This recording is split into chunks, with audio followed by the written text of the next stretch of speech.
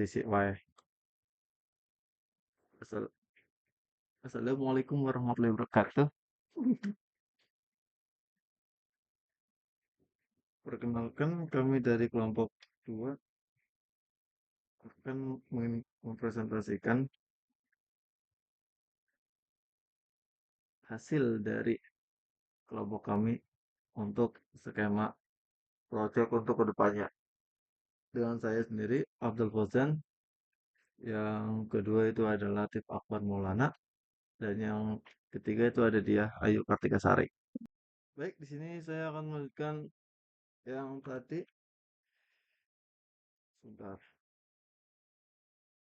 Untuk proyek yang rancangan proyek yang akan kita dari kelompok kami buat yaitu web web tentang ekstra, di mana siswa tersebut dapat menginput ekstra atau memilih ekstra sesuai keinginan mereka. Untuk role-nya atau bagian database yang akan diperlukan yaitu ada admin, yang kedua ada siswa, yang ketiga ada pengampu musik, yang keempat ada pengampu silat, dan yang terakhir itu ada pengampu tari. Ini untuk dasar dari rancangan proyek yang akan kita buat.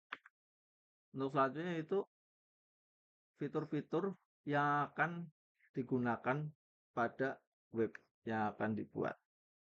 Untuk fitur pada admin ekstrakurikuler, yaitu yang pertama dapat mengelola data penggunaan, yang kedua dapat mengatur hak akses pengguna lain, yang ketiga dapat mengelola seluruh jadwal kegiatan dan ekstrakurikuler, yang keempat melihat dan meninjau prestasi atau absensi siswa, yang kelima dapat mengunggah atau mengelola konten galeri, dan yang keenam dapat membuatkan akun siswa yang bersekolah di SMK tersebut. Jadi fitur ini khusus untuk pada admin ekstrakurikuler. Untuk yang selanjutnya itu fitur pada pengampu ekstrakurikuler. Yang pertama, dapat melihat profil dan data mahasiswa yang di ekstra yang dia punya, menyusun jadwal kegiatan atau deskripsi sesuai kelas ekstrakurikuler yang dia punya. Yang ketiga, mengelola absensi siswa di ekstrakurikuler. Yang keempat, menambahkan atau mengedit galeri di kelas ekstrakurikuler tersebut. Untuk siswa, nanti akan dijelaskan oleh rekanita saya yang bernama Diayu Kartika Sari. Selanjutnya ada fitur siswa. Penggunanya yaitu siswa itu sendiri. Fitur menunya ada melihat jadwal dan deskripsi kegiatan ekstrakurikuler yang tersedia. Lalu login menggunakan akun yang sudah dibuat oleh admin. Siswa bisa mengakses profil pribadi, prestasi, dan riwayat absensi. Dan yang terakhir dapat melihat galeri ekstrakurikuler tetapi tidak bisa mengunggahnya. Lalu ada pembagian halaman. Halaman utama berisi deskripsi singkat tentang ekstrakurikuler itu sendiri. Yang kedua ada banner galeri yang isinya menampilkan gambar dan video dari kegiatan ekstrakurikuler. Ada pula navigasi cepat untuk masuk ke halaman login, galeri, dan daftar. Selanjutnya halaman login yang berisi formulir login untuk siswa dan admin, menggunakan role untuk membedakan hak akses siswa dan pengampu. Yang terakhir pesan error jika login itu gagal.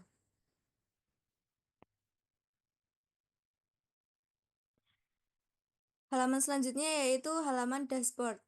Dashboard untuk admin berisi daftar siswa yang login. Dan yang kedua ada tautan untuk menambah kegiatan dan mengelola pendaftaran.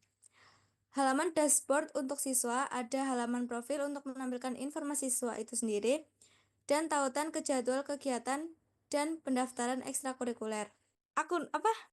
Halaman selanjutnya yaitu halaman pendaftaran ekstrakurikuler yang berisi form untuk siswa mendaftar untuk ekstrakurikuler tertentu, daftar ekstrakurikuler yang dapat diisi, dan tautan kembali ke halaman profil atau dashboard.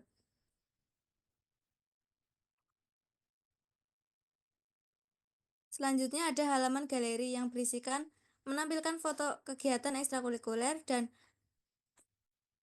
mengupload foto, tetapi hanya bisa dilakukan oleh admin. Jadi, siswa itu tidak bisa mengupload, sedangkan yang bisa mengupload hanya admin dan pengampu. Halaman selanjutnya yaitu halaman profil pengguna. Menampilkan informasi daftar siswa dan menyertakan daftar ekstrakurikuler yang diikuti. Yang selanjutnya ada halaman jadwal kegiatan. Berisikan jadwal ekstrakurikuler dan menampilkan nama kegiatan, hari, dan jam. Yang terakhir yaitu halaman logout. Menampilkan tombol logout.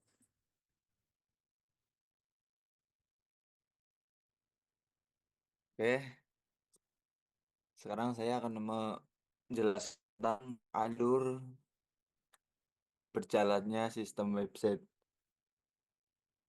Dan alur ini akan dilihat dari sudut pandang utama, yaitu sudut pandang siswa, yang mana pertama siswa akan melakukan login,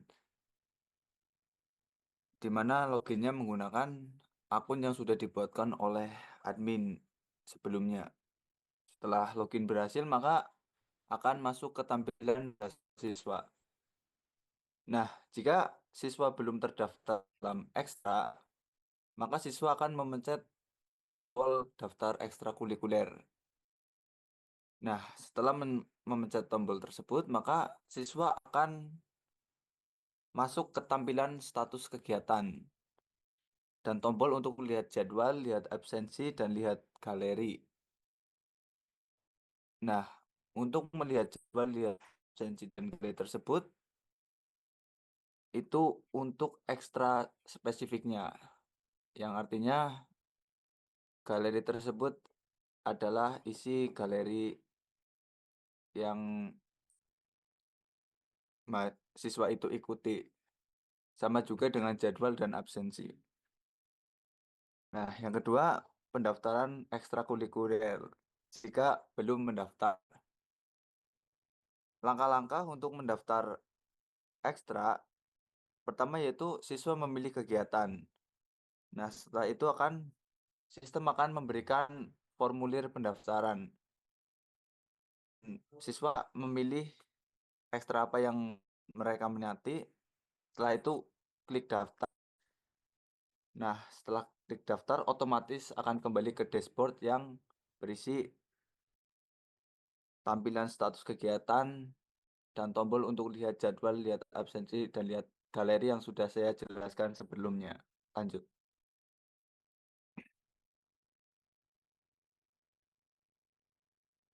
Nah, kita masuk ke alur pengelolaan kegiatan ekstra bagi siswa yang sudah mendaftar. Jadi bagi siswa yang sudah mendaftar, siswa dapat melihat jadwal, melihat cek riwayat absensi, dan melihat galeri kegiatan.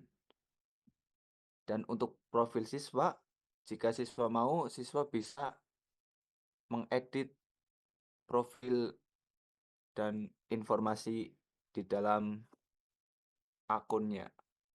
Nah, yang terakhir adalah tombol logout.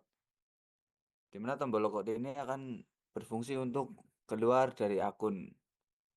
Mungkin siswa dapat keluar dari akun jika mereka perlukan, tapi untuk tombol selalu diperlukan karena kadang juga siswa ada yang tidak mau keluar atau mungkin kalau mau keluar untuk menjaga privasi.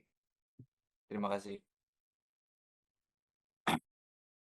Baik, melanjutkan yang tadi sudah Mas Latif sampaikan tentang mengenai alur-alur website project yang akan dibuat untuk kedepannya. Di sini kita akan, ya Allah, baik, lanjutkan yang tadi. Di sini kita akan membahas tentang database. Apa sih itu database? Di mana database ini merupakan kayak sekumpulan informasi-informasi atau penyimpanan data-data. Untuk yang pertama itu ada database dari user itu sendiri, yang dimana itu yang pertama adalah ID, yang kedua username, dan selanjutnya password, email, nama asli, role. Untuk ID itu sendiri menggunakan int, di mana int ini atau integer dalam kurung 10. Untuk dalam kurung 10 itu merupakan angka maksimal yang akan ditaruh dalam ID tersebut. Jadi tidak bisa lebih dari 10 angka. Untuk kata primary key, ia adalah kunci utama pada sebuah database atau kayak semacam prioritas utama dari database tersebut. Untuk bagian username, password, email, nama asli itu menggunakan varchar, di mana varchar ini bisa berupa teks maupun angka. Untuk penjelasannya mungkin bisa lebih sederhana, itu bisa beberapa banyak fungsi sih, semacam teks, angka, simbol, itu bisa semua. Untuk dalam kurungnya itu sama untuk jumlah katanya atau jumlah kalimat maksimal. Untuk role-nya itu untuk user. Database ini bisa dipakai untuk admin, pengampu, dan siswa. Untuk database yang kedua yaitu ada pendaftaran, di mana ID juga merupakan primary key atau kunci utama. Dan untuk ID underscore siswa itu foreign key atau kunci cadangan dari primary key tersebut. Untuk ID underscore kegiatan juga sama, semacam kunci kedua atau cadangan yang status varchar seperti yang saya jelaskan di awal tadi, bisa berupa angka mengenai penjelasan yang tadi. Dan untuk fungsi atau untuk fungsi dari tabel tersendiri itu fungsi-fungsi tersendiri dari database yang sudah saya sebutkan tadi, yaitu di mana ada database user, database pendaftaran, database galeri, dan database kegiatan. Di mana database user ini digunakan untuk menyimpan data-data user seperti admin, pengampu, dan siswa. Untuk database pendaftaran, di mana ini dapat database yang digunakan untuk siswa untuk mengisi kegiatan-kegiatan yang sudah dipilih dari siswa tersebut, seperti ekstra dan lain sebagainya, atau kayak profil. Untuk database galeri berfungsi untuk menyimpan sebuah data yang tadi sudah dijelaskan oleh Mas Latif dan Mbak Dia, di mana kegiatan galeri ini bisa diupload oleh admin maupun pengampu, tapi tidak bisa diunggah oleh siswa itu tersendiri. Baik, untuk yang database kegiatan ini sama seperti sebelumnya dari user, pendaftaran, dan galeri, di mana ini merupakan penyimpanan dari sebuah data dari kegiatan ekstrakurikuler itu tersebut, atau ekstrakurikuler yang tersedia atau yang sudah terdaftar dalam acara-acara atau dalam pendaftaran yang sudah diisi dari mahasiswa atau dari siswa-siswa itu tersendiri, di mana di sini dalam database kegiatan ada nama-nama siswanya, deskripsi dari ekstrakurikuler yang mereka ambil, dan jadwal dari ekstrakurikuler tersebut. Dan juga ada ID dari pengampu ekstrakurikuler.